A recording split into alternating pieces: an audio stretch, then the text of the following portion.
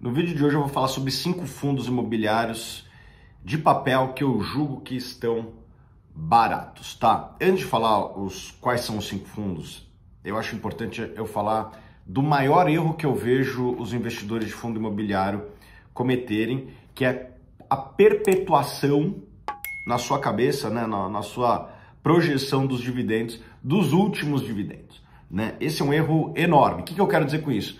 O investidor vai lá, pega o dividendo que um fundo pagou no último mês e acredita, erradamente, que vai ser assim daqui para frente. Ah, meu fundo pagou R$1, então vai ser R$1 daqui até a eternidade. Ah, meu fundo pagou 50 centavos por cota. Ah, vai ser 50 centavos por cota daqui até a eternidade. Esse é o maior erro que eu vejo os investidores cometendo. Eu já falei isso 1000 vezes.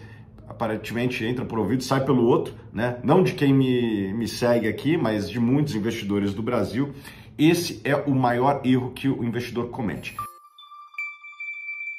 O que está acontecendo com os fundos de papel nesse instante, né? Enquanto a gente está gravando aqui? O Brasil teve um momento de deflação nos últimos meses. Se você pegar os últimos 3 meses, tivemos deflação. O que isso significa para muitos fundos de papel? Bom, muitos fundos de papel têm na composição dos seus investimentos, dos ativos que estão dentro do fundo, papéis atrelados à inflação. O que acontece quando a inflação cai? O rendimento cai também, né? Então tem vários fundos que estavam pagando lá um dividendo alto, teve deflação, o dividendo vai caindo.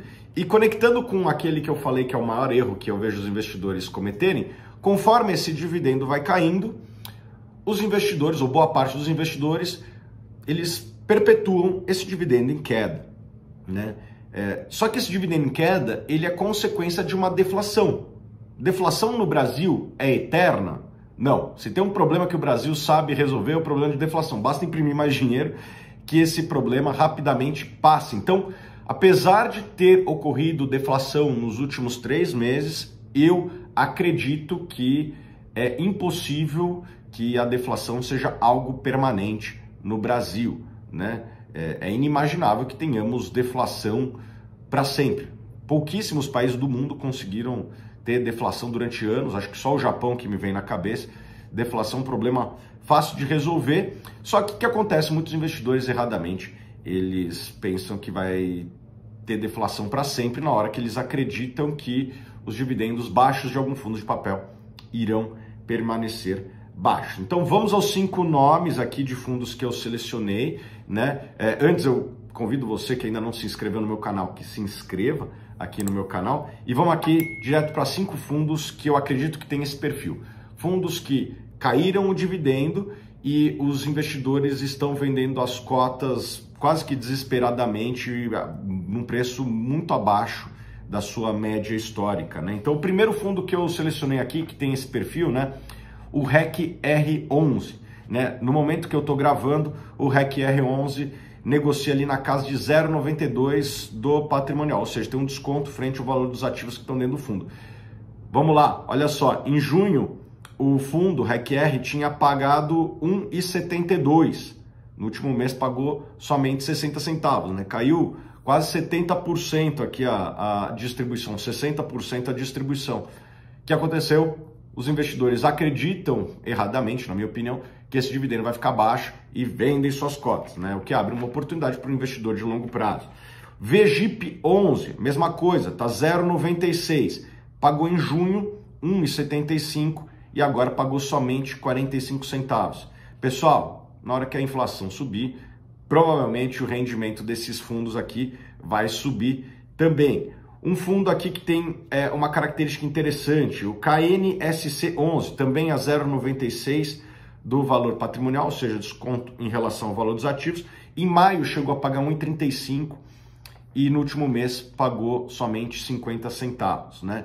Tem uma característica peculiar do administrador do KNSC, né, que é um fundo da Quineia, administrado pela Intrag, né? Eles fazem um reconhecimento da inflação muito mais sensível que outros administradores, não tem uma suavização. Então, se no mês que vem vier uma inflação maior, provavelmente o KNSC vai ser o primeiro ali a já vir com uma estilingada para cima de dividendos, porque eles capturam a inflação de uma maneira muito mais rápida que outros administradores. Não tem nada de errado, são critérios dos administradores, mas a Kinea tem a Intrag, que é a administradora do fundo da Kinea aqui, desse KNC, ele tem esse perfil de pegar muito mais rápido a sensibilidade da inflação. Vamos para o quarto fundo, né? Bari 11, está sendo negociado a 0,94 do patrimonial. Em junho, o Bari 11 tinha pago 1,50, no último mês já caiu para R$1, né? Outro fundo que está sendo negociado abaixo do patrimonial. O quinto fundo, ele não é um fundo que está sendo negociado com desconto em relação ao patrimonial, mas é um fundo que está sendo negociado com baita desconto em relação à sua média histórica, né? Que é o Iridium. O Iridium está sendo negociado a 1,05 do patrimônio. Em agosto ele chegou a pagar 1,33, no último mês pagou 0,85. Aliás, o fundo da Suno de CRI está acontecendo um fenômeno parecido, né? O SNCI 11. Aliás, se você não conhece o SNCI, vou botar aqui um link na descrição para que você conheça o fundo da Suno, né? O fundo que nós, da Suno Asset aqui, administramos, gerimos, né? Na verdade, gerimos, que é o SNCI. O que está acontecendo com o Iridium? O Iridium, ele é um fundo que historicamente negocia com ágio muito grande, né? Já chegou a ter 50% de ágio, e por conta dessa queda de dividendos, né? Ele pagou em agosto 1,33, caiu para 0,85, ele tem caído, né? Também a sua cotação, e o prêmio dele é hoje um dos maiores, se não for o maior da indústria, mas é um desconto em relação à sua média histórica. Então, para aqueles que gostam de Iridium, né? O Iridium é um fundo que tem quase que uma fanbase ali, talvez esse seja um dos melhores momentos da história. Não é um fundo que negocia com um desconto em relação ao patrimonial, como outros que eu citei aqui, mas é um fundo que negocia com desconto em relação à sua média histórica, né? Aliás, estes não são os únicos 5 fundos. Poderia ter falado de outros fundos aqui que estão com características semelhantes, né? Quais são as características?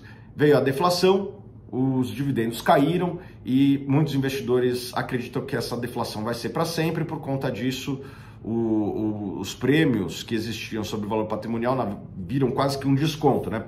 Peguei aqui alguns fundos rápidos que têm características semelhantes, né? O XPCI 11, o CPTS 11, PLCR 11, VCRI 11, são outros fundos que têm essa característica também. Poderia ter falado de outros fundos que têm essa característica, tá bom? Se você gosta de fundos imobiliários, eu faço o convite para que você se torne um assinante da assinatura da Suno de fundos imobiliários, né? Lá a gente faz essa análise profunda, tá? A gente sabe que muitas vezes as pessoas não têm tempo de fazer uma análise, vamos dizer assim, profunda, que seja mais densa, que entenda os efeitos do que está acontecendo, como por exemplo o efeito da inflação. Quem não tem um analista profissional como o Baroni, como o time que a gente tem aqui, tem que analisar por conta própria. E a gente sabe que muitas vezes as pessoas não têm o tempo e a capacidade e a experiência para fazer uma análise mais profunda. Eu vejo pessoas cometendo esse erro enorme agora.